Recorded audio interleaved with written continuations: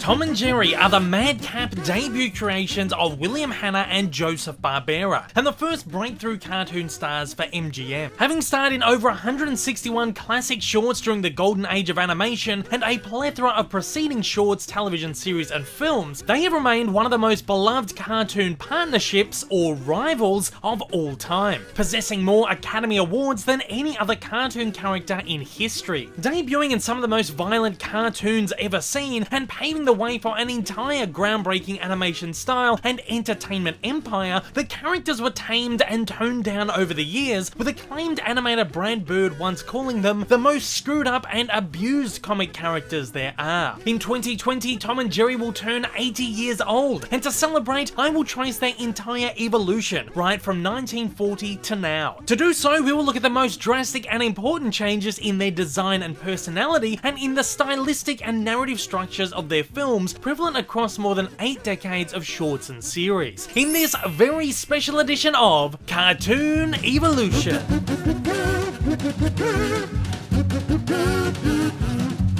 In 1928, Walt Disney debuted Steamboat Willie, the first widely released Mickey Mouse cartoon. Capturing the world's attention with its ingenious use of synchronized sound and music, Mickey rapidly became the world's most beloved cartoon character and made it possible for Disney's studio to experiment with their art and filmmaking through a second series of highly acclaimed one-shot shorts, The Silly Symphonies. Inspired by, or perhaps jealous of, Disney's success, major studios began opening their own animation arms, including Metro-Goldwyn-Mayer, or MGM, arguably Hollywood's biggest player of the time. MGM initially attempted to win distribution rights of Disney's shorts from Pat Powers, who was distributing them to Columbia Pictures. Powers couldn't give them his biggest contract in Walt Disney, but he could give them the next best thing: iWorks, Disney's head animator. iWorks not only co-created Mickey, but had also spearheaded the animation style of Disney's groundbreaking, exceptionally popular films, and was the animator almost solely responsible for the first 15 Mickey shorts and the first 7 Silly Symphonies. However, the pressures that were being placed upon him by his lifelong friend cum boss, Walt, were starting to wear him thin. Feeling he wasn't receiving the kind of acknowledgement he deserved for his tremendous efforts, it was easy for Powers to lure him away from Disney in 1930 with the chance to head his own animation studio and produce his own cartoon shorts to be distributed for release through MGM. iWorks' first attempt at a series for MGM, Flip the Frog, was mildly successful but didn't win over audiences the way Mickey had. After 38 shorts, MGM ceased its production and had iWorks start over with a new character. Willy Whopper was the result, though he too was wildly unsuccessful. After only 14 Willy shorts, MGM terminated their contract with iWorks and Powers in 1934. MGM would then approach animation team Hugh Harman and Rudolph Ising, who had recently cut ties with Leon Schlesinger over budgetary issues on their Looney Tunes cartoons starring Bosco, which he was releasing through Warner Brothers. MGM signed Harman and Ising onto contract in 1934 along with Bosco, who they'd retained the rights to, and would start a new series called Happy Harmonies, an obvious riff on the Looney Tunes and Merry Melodies titles they produced for Warner's, which were in turn a parody of Disney's Silly Symphonies. Whilst the Happy Harmonies were also somewhat successful, Harman and Ising found themselves struggling to keep within MGM's stringent budgets as they had at Schlesinger, and in 1937 MGM cut their ties with the pair after 37 shorts, and fed up with unpromising outsourced independent producers, opened the MGM Cartoon Studio. Film sales executive Fred Quimby was placed at its head, and many of Harman and Ising's staff were coaxed away in the process. One such staff was William Hanna, who was appointed a studio director. Quimby additionally ransacked staff from other animation studios, including animator Joseph Barbera from Terrytoons, who were producing cartoons for Fox. By 1938, following a string of failed shorts under different leaderships, Quimby hired Harman and Ising back as creative heads of studio to both direct and produce shorts. Harman would work on one-shot shorts, most notably 1939's Peace on Earth, which was nominated for an Academy Award and even a Nobel Peace Prize, while Ising would oversee shorts starring Barney Bear, who would be MGM's first cartoon star. While popular, Barney Bear just wasn't cutting it for Louis B. Mayer, the head of MGM. What he really wanted was proper recurring characters of the same caliber as Mickey Mouse or Porky Pig, the rapidly rising star of Warner's Looney Tunes. Hanna and Barbera, who were working as directors and storymen under Ising's unit, came up on the idea of developing two characters, who in Barbera's words would be equal and always in conflict with one another. Initially the two envisioned them as a fox and a dog, but eventually settled on the classical pairing of cat and mouse, lending itself perfectly to a chase formula with plenty of action, excitement, conflict and violence. Everything needed for an entertaining series. The idea was pitched to Quimby,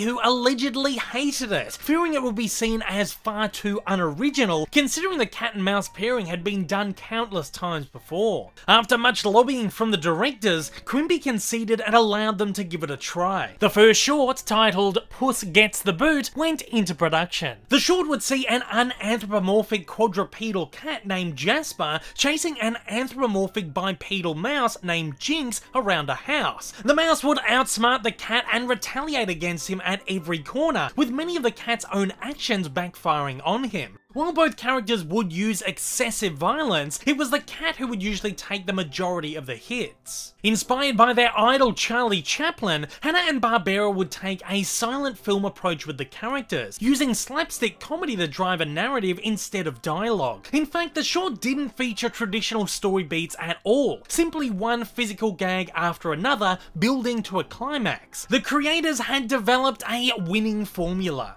When Puss Gets a Boot was completed, it said that Quimby and Mayer absolutely loved it, but regardless, decided to only give it a soft release, still worried about its perceived unoriginality. When the short was released in February of 1940, in the words of film and animation historian Leonard Moulton, it was something very new and special, and left audiences clamoring for more. Nevertheless, Quimby instructed the filmmakers to focus on other one-shot shorts instead of producing any more starring the cat and mouse. While they were working on such shorts as Gallopin' Gals and Officer Pooch, a pair of absolute turkeys as Barbera would call them, the studio received a letter from Besser Short, a major distributor from Texas, asking when to expect the next cat and mouse pictures. And that is all it took for Quimby and Mayer to be convinced to greenlight an entire series featuring the characters. And rightly so, a year later, Puss Gets a Boot would be nominated for an Academy Award for Best Short Subject Cartoon. It would, however, be beat out by fellow MGM short The Milky Way, directed by Ising and produced by Hanna and Quimby, which would be the first non-Disney short to win the award and be Mayer's first major cartoon victory, giving him the impetus to throw more money into his animated shorts. The second short would go into production soon after, but the filmmakers weren't entirely happy with the names Jasper and Jinx for a potential franchise. So in the same way that Walt Disney would often brainstorm gag ideas, a studio-wide competition was held to find new names. Jack Carr was the animator who picked the winners and was given a $50 bonus for doing so. Adjusted for inflation in 2019, that's the equivalent of just under $1,000. Over the years, multiple origins have been speculated for the names. Tom's and Jerry's were colloquial names given to British and German soldiers respectively by the Americans during World War II, an on-the-nose reference that would have been funny for domestic audiences at the time. While a 19th century novel titled Life in London by Pierce Egan featured two rambunctious lads named Tom and Jerry running amok around Victorian-era London, something that would certainly be in line with the riotous nature of the cartoon characters. Barbera was adamant, however, that Carr named the characters after the Tom and Jerry Christmas cocktail, which in turn was named after the characters from the Egan novel. While in a roundabout way the two boisterous characters were an influence, it's unclear whether there was a direct or intended link, though it would seem highly likely. It's also worth noting that there was a Tom and Jerry cartoon series from Van Buren Studios in the 1930s, which too was titled after Egan's characters. In fact, Barbera's first animating gig was on this series, though we're led to believe that this connection is coincidental and unintended. That said, I do find it hard to believe that the similarity wasn't questioned or debated upon at least once. The second short, 1941's The Midnight Snack, the first official entry in the Tom and Jerry series, would see the characters appear in slightly modified designs. Both characters remained largely the same, but with slightly cleaner animation. Jerry retained his long eyelashes, which would become a recognizable design trait in the early years, while Tom had a slightly less scruffy, almost younger appearance. Design-wise, Tom and Jerry never altered too drastically over their golden age run, which would last 17 years, and and see a total of 114 shorts produced by Hanna Barbera. When the characters did have a visual evolution, it was usually so gradual that it's somewhat difficult to pinpoint exact shorts where changes are evident. These subtle changes, in fact, were likened to by Barbera as the characters aging gracefully. Tom's changes were the most dramatic of the two, mainly in his transition from somewhat realistic quadruped to anthropomorphized bipedal cat throughout the early to mid 1940s shorts. 1942's Puss in Toots is the earliest short where we can see signs of anthropomorphism, but it's used sparingly for the sake of gags. By 1944's Zoot Cat, Tom took on the more humanized design that we recognize him in today, and by 1945's T for Two, he is confidently standing upright and swinging around a golf club. In early shorts, Tom would also be designed with a striped face, that is, he'd have a lighter coat between his eyes. This would, however, be phased out around 1953. Jerry, on the other hand, would simply alter in coat pigment from time to time and slowly lose weight while becoming slightly taller and more upright. The second short of 1950, Saturday Evening Puss, is where these changes become most evident. By the first short of 1951, Jerry's Cousin, he'd even lose his trademark eyelashes for the best part of the next 30 years. What did evolve in the Tom and Jerry shorts, more so than the characters themselves, was their stylistic approach. A large majority of the cartoons followed the exact same chase formula with a limited narrative, though the location would change from short to short and more side characters were added over the years, adding an extra element to them. And while Tom usually conceded defeat by the end of most shorts, the occasional one would see him as the winner. Likewise, some shorts would see both the winner and others both the loser. The shorts also became rapidly more frenetic, stylized, and yes, violent, with Hanna Barbera finding inspiration in the erratic style of their colleague Tex Avery, who in the early 1940s had transitioned from Warner's to MGM and was breaking ground in animation with shorts like Red Hot Riding Hood, Jerky Turkey, and those starring his zaniest creation, Screwy Squirrel.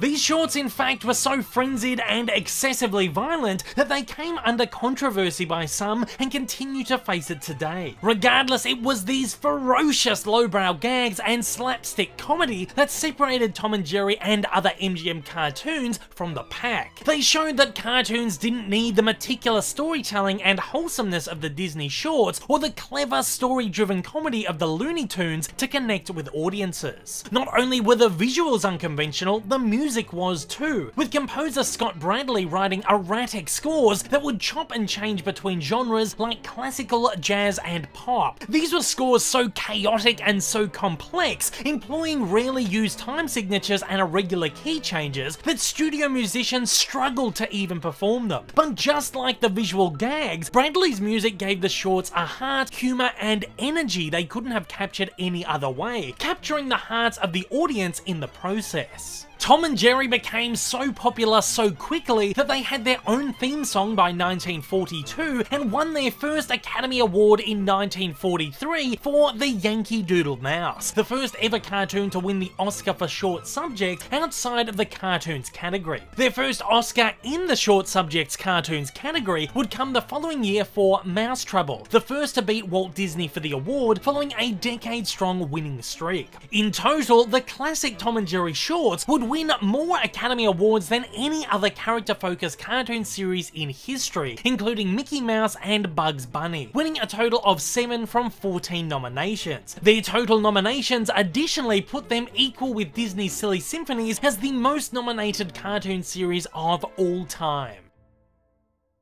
In 1945, the two were even starring alongside one of MGM's biggest stars, Gene Kelly, during a short segment in classic film Anchors Aweigh. This iconic scene would see Jerry tap dancing with Kelly and became one of his most memorable moments, despite MGM originally hoping to use Mickey Mouse before having the idea nixed by Disney. In 1953, Tom and Jerry would likewise star alongside Esther Williams during a short underwater dream sequence in Dangerous When Wet. By the mid-1950s, the advent of television was dragging audiences away from cinema screens, meaning there was less money to go around for cartoon production. An animation process known as limited animation thus sprung into popularity. Limited animation cartoons would be produced on low budgets and utilize various animation shortcuts to cut back on the number of drawings and cells that were needed. This included far less detailed drawings, held cells, still characters, and cycled movement. Craziest thing was, many of these cartoons were actually quite popular, earning high praise and even winning Academy Awards. At this time, Tom and Jerry were produced on large $50,000 per cartoon budgets, the equivalent of $600,000 in 2019. When studio heads got savvy, they started questioning why they needed to be when Mr. Magoo and Gerald McBoing were produced at a fifth of the cost and were beating even the likes of Walt Disney at the Oscars. In 1954, MGM slashed the budget of the Tom and Jerry's, forcing Hanna and Barbera to reduce the quality of the shorts, leading to a major shift in their animation style. Not only did they conform with certain limited animation techniques, but also relented into producing one cheetah cartoon per year, which would repurpose clips from previous shorts. As a result, the characters also took on a slightly cuter, more stylized and angular look common in limited animation. Starting with 1954's Pet Peeve, MGM also began experimenting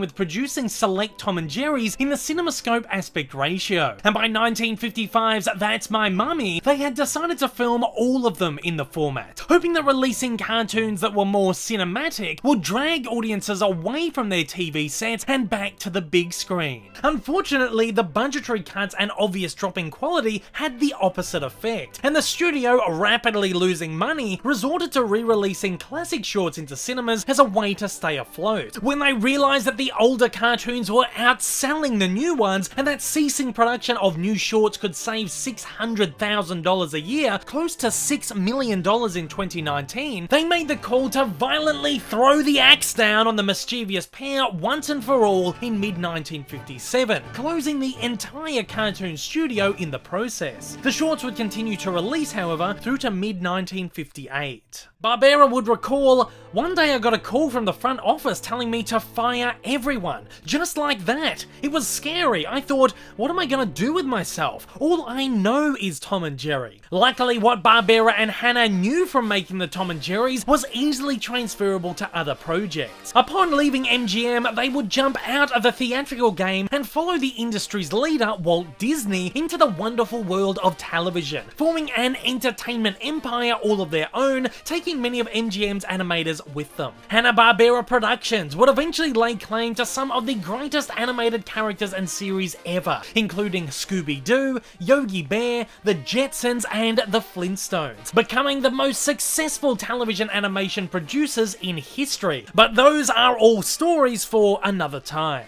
After putting Tom and Jerry in moratorium for 3 years, MGM decided to revitalize the series by outsourcing the animation, a common trend of the time, with Warner's doing the same thing with the Looney Tunes a few years later. Gene Deitch, a one-time creative director of the Terrytoons, now running his own studio out of Czechoslovakia and fresh off an Academy Award-winning short film, was the man hired to produce the next slate of Tom and Jerry's, despite having a dislike for the original cartoons. In fact, Deitch would call the series tasteless and a primary bad example of senseless violence. Keen for work, however, he took the job and released the first new Tom and Jerry, Switch and Kitten, in September of 1961. Regardless of his feelings towards the original shorts, Deitch could appreciate their inventiveness and respect their craftsmanship. He had enough pride in his job that he made sure to keep the visual approach of the characters themselves as similar as possible, saying that he resolved to make them look as much like the late period Hanna-Barbera originals as I possibly could, using their later model sheets as a reference. While the characters were visually similar, there was still an obvious drop in overall quality and detail due to the lower budgeted outsourced nature of the productions, which heavily relied on limited animation for faster turnovers. To make up for or distract from this, Deitch did add his own touch, setting the cartoons mainly in locations away from the house and adding a somewhat surreal style to the backgrounds. Despite Despite disliking the needlessly violent style of the original shorts, Deitch stayed true to their anarchic nature, learning to look at the violence as a parody of exaggerated human emotions, find the fun in mayhem, and embrace the biblical nature of the David and Goliath-esque stories. As they were produced behind the Iron Curtain, none of Deitch's animators were familiar with the American Tom and Jerry shorts. He found this made it an almost impossible task, and more familiar with the duo than his creatively isolated team, ended up doing most of the writing and key animation himself to maintain the American style. While Deitch's shorts were commercially successful and actually helped the series dethrone the Looney Tunes as the highest grossing animated short series of the time, they were generally criticized, or in Deitch's words, savaged by audiences as the worst Tom and Jerry cartoons ever. And despite Deitch's efforts to keep the original character style while mixing up the formula, they are often discredited for their repetitiveness and also for straying too far from the original source. Deitch would note that it was impossible to stay out of the firing line, even once receiving a death threat from a disgruntled fan telling him he deserved to die for his work. Yes, toxic culture existed long before social media.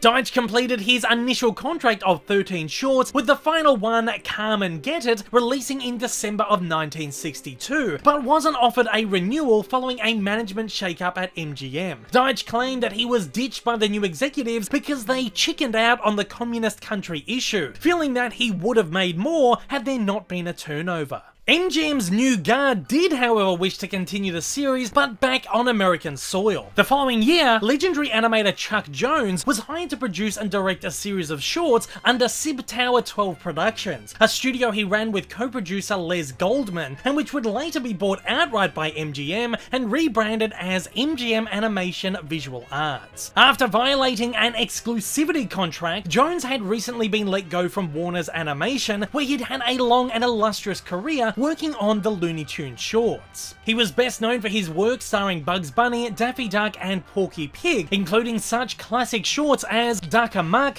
What's Opera Doc, The Hunting Trilogy, and Duck Dodgers in the 24.5th Century. He also created such characters as Wile E. Coyote, The Roadrunner, and Marvin the Martian. Jones was chosen by MGM because his cartoons were so beloved, and his own personal brand of witty, fast-paced, and stylized films were instantly recognizable, a seemingly perfect match for MGM's disorderly slapstick legends. Jones would embed the shorts with his trademark use of exaggerated movement, blackout gags, and fast-paced action, and unlike Deitch, refused to conform to any style of animation other than his own. With this new style, Tom and Jerry's visual design changed drastically for the first time in decades. Tom was given large bushy eyebrows, a darker grey coat, furrier cheeks, and a longer tail. He somewhat resembled Wile E. Coyote and Jones's version of Sylvester the Cat. He would even take on puzzling expressions that clearly influenced his later design of the Grinch in the 1966 MGM television special. Jerry, on the other hand, took on a lighter coat and was given larger eyes and ears and an overall cuter look. Both characters took on a simpler, more angular and stylized design, as was common in Jones's work, which was also reflected in the background art, which was much more detailed than Deitch's. In fact, Jones's cartoons were given larger budgets and had no need for limited animation, which Jones despised. Since Tom and Jerry had worked so perfectly with the Hanna Barbera style, Jones's take was also met with criticism for being too different. While they worked well as Jones cartoons, they didn't as Tom and Jerry cartoons. Regardless, Jones's shorts did see some praise and success, and even introduced the classic MGM Cartoons logo starring Tom, before being discontinued in 1967 after 34 installments. After producing a number of TV specials for MGM, and also heading the production of a Tom and Jerry compilation series for CBS television, consisting of heavily edited classic theatrical shorts, the studio would let him go, as they closed the animation division in 1970.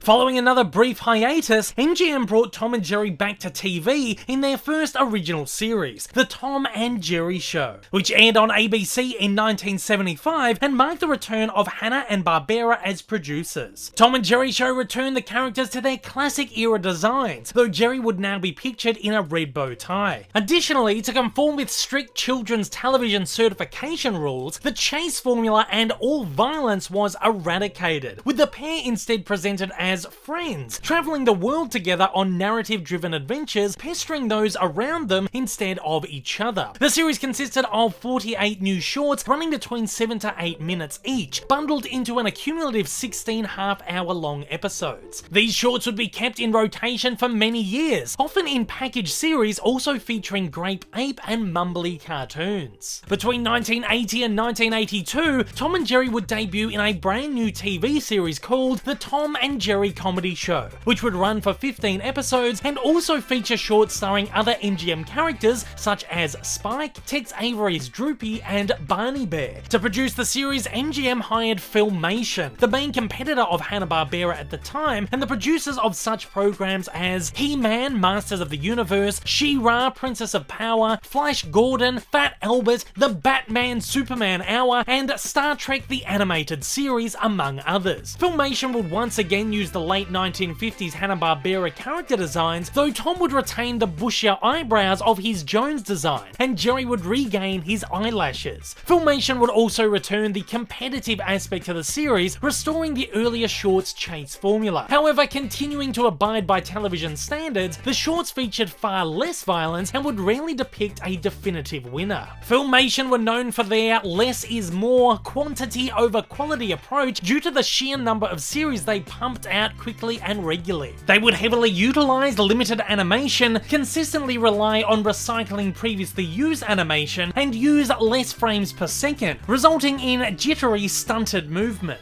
Additionally, Filmation would use simplistic synthesized scores, giving the series a generic feel. All in all, Filmation's Tom and Jerry shorts were of an incredibly poor quality and disliked immensely by fans. Tom and Jerry's first foray into the 1990s would be in the form of babyfication series Tom and Jerry Kids, following a popular 1980s-90s trend of presenting popular cartoon characters in junior versions and cuter baby designs, also seeing Hanna-Barbera produce such shows as The Flintstones Kids and A Pup Named Scooby-Doo. Here, Jerry would retain his 1970s bow tie and lose his eyelashes again, with Tom acquiring a red baseball cap. The animation style was more polished and detailed than Filmation's, and the music was produced to a higher quality, even garnering a Daytime Emmy nomination. The 65-episode series ran between 1990 and 1994 and was produced by Turner Entertainment, who had acquired the Tom and Jerry property in the 1980s, and Hanna-Barbera Productions, who would also be acquired by Turner during the show's run. Being produced by Hanna-Barbera, the show would once again return to the classic chase formula, with both characters constantly trying to outwit one another. Some episodes were even remakes of classic shorts. Some, however, would be presented with more structured narratives and surround Tom and Jerry with a greater roster of talking side characters.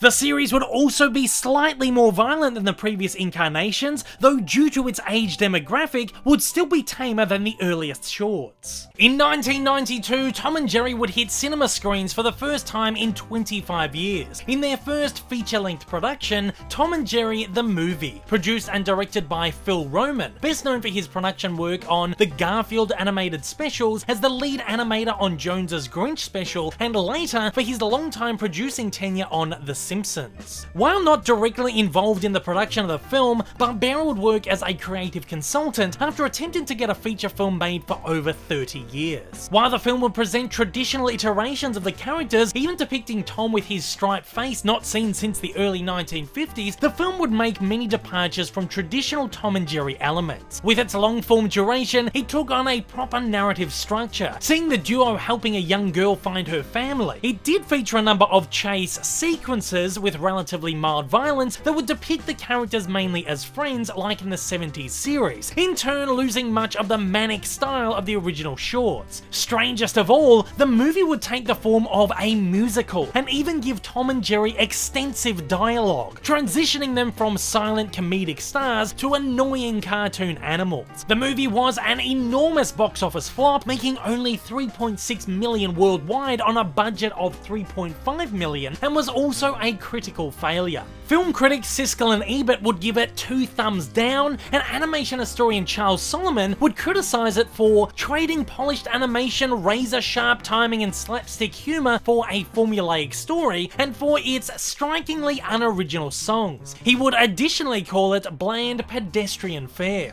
Naturally, Turner let Tom and Jerry cool off for the best part of a decade, with the next project, The Mansion Cat, being a one-off TV short produced for Boomerang in 2001. Mansion Cat strangely reverted Tom and Jerry to their 1970s designs and would once again make them mute. It also took on the classic chase formula, once again with toned-down violence. While produced by Hanna Barbera, the short wouldn't include any direct creative input from either, though Barbera would provide the voice of Tom's owner. It would be the last short produced by Hanna Barbera after the studio was absorbed into Warner Brothers Animation in 2001, only 10 days before the death of Hanna. The next and currently final one-off Tom and Jerry short, The Karate Guard, will be released in 2005. Initially prepared as a theatrical short as part of Warner's plan to release 30 new cartoons starring their classic characters, it was eventually relegated to television following the box office disaster of 2003's Looney Tunes Back in Action. However, it did receive a very limited theatrical showing. The short returned Barbera to writing, producing and directing duties for the first time in almost 50 years, and would also be his last Tom and Jerry short, with he too passing away only months after its release. Karate Guard returned Tom and Jerry to their classic slapstick roots with an iconic chase formula and hilarious violence. Tom and Jerry Tales, a Cartoon Network series consisting of 26 half-hour episodes, each containing 3 shorts for a total of 78 new cartoons, would debut between 2006 and 2008. It saw Tom and Jerry presented in their classic late 50s designs, with another return to the classic chase formula, again with less brutal violence, though with slightly more than previous incarnations. It was the first series which attempted to mimic and recapture the style and tone of the classics. In 2014, however, the Tom and Jerry show would debut on Cartoon Network, with new episodes currently premiering on Boomerang's streaming service. The series would once again feature multiple shorts over a 30-minute time frame, and is the first to return the characters to their manic, relentlessly violent slapstick origins, with TV regulations for cartoons less stringent in this modern era. Tom and Jerry Show is easily the most nicely animated series since the early Hanna-Barbera days, utilizing vibrant digital flash animation. The show occasionally features the classic chase formula, but much like the recent Looney Tunes show, aims to modernize the setting and story narratives for the newer generation.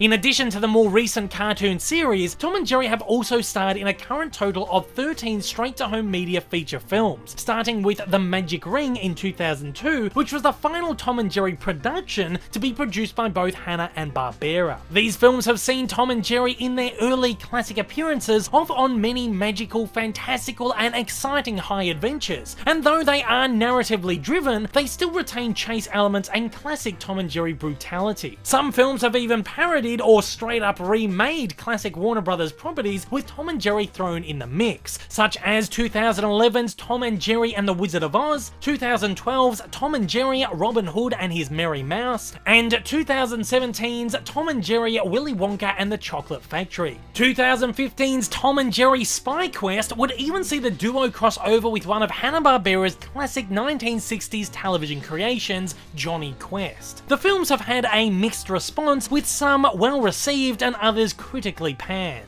While Tom and Jerry haven't appeared in a theatrical film since the disaster of 1992, they will return to cinema screens in a new live-action 2D animation hybrid film set to hit cinemas in 2021 from Warner Brothers. The film will see Jerry causing a ruckus in a hotel, with Tom having to be brought in to chase him away. It will star Chloe Grace Moretz and Michael Pena in live-action roles. Tom and Jerry have survived an incredible 8 decades on our screens, and regardless how you feel about some of their outings, one can't help but love them eternally. And at that, it's over to you. I want to know, what's your favorite Tom and Jerry appearance over the last 80 years? Fire away in the comments below and let me know your thoughts. If this is your first time viewing one of my videos and you'd like to see more like it in the future, then please don't forget to hit that big old subscribe button up on your screen, as well as that like button down below for that little extra support. Also, don't forget to check me out on social media, and please consider supporting me over on Patreon. Thanks for watching and have a fantastic day.